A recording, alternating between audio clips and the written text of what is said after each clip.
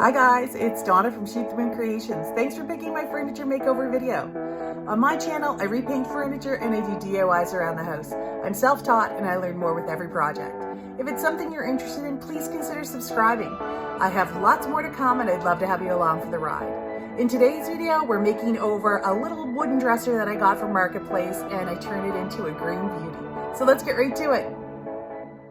Okay, so we started with this wood dresser that I got from Marketplace, and I originally thought I was going to do a whitewash and make this a real beachy feel. So I tried the whitewash, but the sides were made of a veneer and it just really wasn't working. So I abandoned that and decided I would try to paint it a pale blue, almost like a pale gray, and see if I could still keep that beachy theme.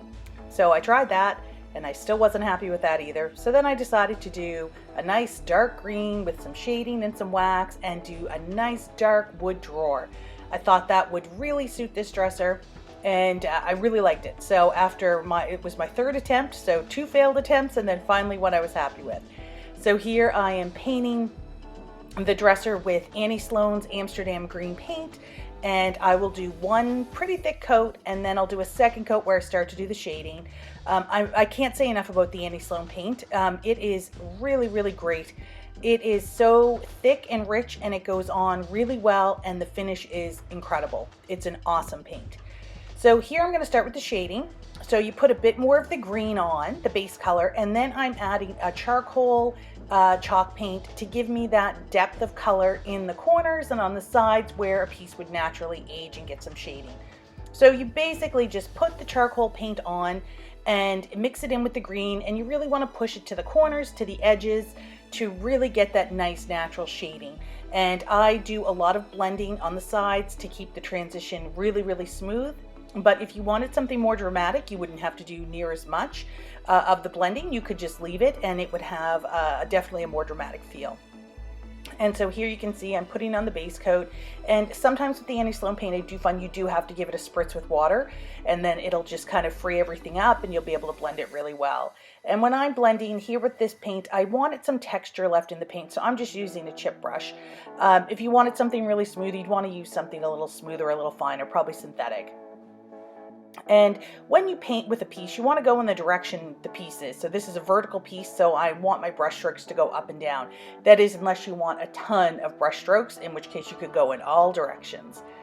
So here you can see I'm just working on the bottom part, and again I'm putting on the base color, and then I'm going to add the charcoal paint in where the two pieces meet, where the frame of the dresser meets the trim.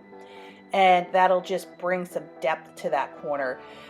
With this piece I did quite a bit of shading, not a ton, but I definitely did enough to make a difference and give it some real depth and dimension. When you are shading, the point is to create a depth in the paint to give it some dimension and to really give it some variance from the other parts of the dresser. So then I sanded the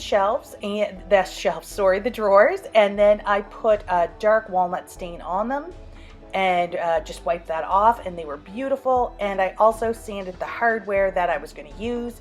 It was some old wood pieces that I had, so I sanded those down and gave those a stain as well so they would match. And they turned out really well. I was really happy to use them. And now here's the final step. I'm going to do some waxing. So I've already put a clear coat on the paint. You always put a clear coat on first before you do your dark waxing so it doesn't stain. And I'm just using the dark wax to richen up the areas that I've had the shading in. And I use clear wax in the areas that I don't want the shading in. I find if you were to just try to put dark wax on the edges and not fill in the rest with clear wax, it looks like something's missing. It doesn't look right. So I do find you need to wax the entire piece. And you've heard me say this before, nothing beats a waxed finish. It is gorgeous. And here I am waxing the drawers as well with the dark wax. It really brings a richness to the wood. So again, if you like this sort of thing, if you like furniture flips, please consider subscribing. I'd love to have you here. I've got lots more to come, and I would love to have you along for the ride. Thanks so much. I was really pleased with how this one turned out. It was a really great looking dresser, really masculine, and it was a really fun project. Thanks a lot. Have a great day, guys. Bye.